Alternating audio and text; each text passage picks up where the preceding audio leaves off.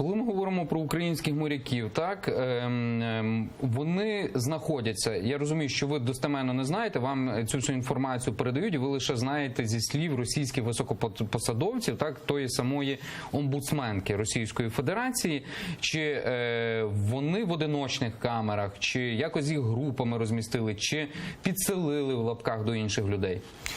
Ну, смотрите, для обычных заключенных в России существуют в тюрьмах правила внутреннего распорядка. Да? То есть, согласно этим правилам, когда заключенные попадают в тюрьму, их отправляют в карантин, в одиночные камеры, естественно, чтобы там какие-то инфекции, потому что люди с разных мест туда попадают, не распространялись. По правилам внутреннего распорядка, например, военная форма изымается, выдается роба, да, то есть одежда этого следственного изолятора.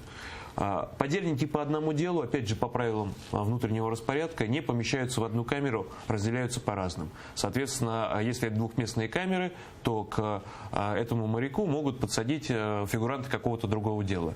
Но это прямо противоречит, опять-таки, Женевской конвенции, по которой для военнопленных не существует СИЗО, их помещают в специальные лагеря, они остаются в той форме со знаками различия, в которой они были захвачены в плен, у них остается, они все вместе находятся, у них остается субординация, то есть низшие чины, они, значит, старшим чинам подчиняются и так далее.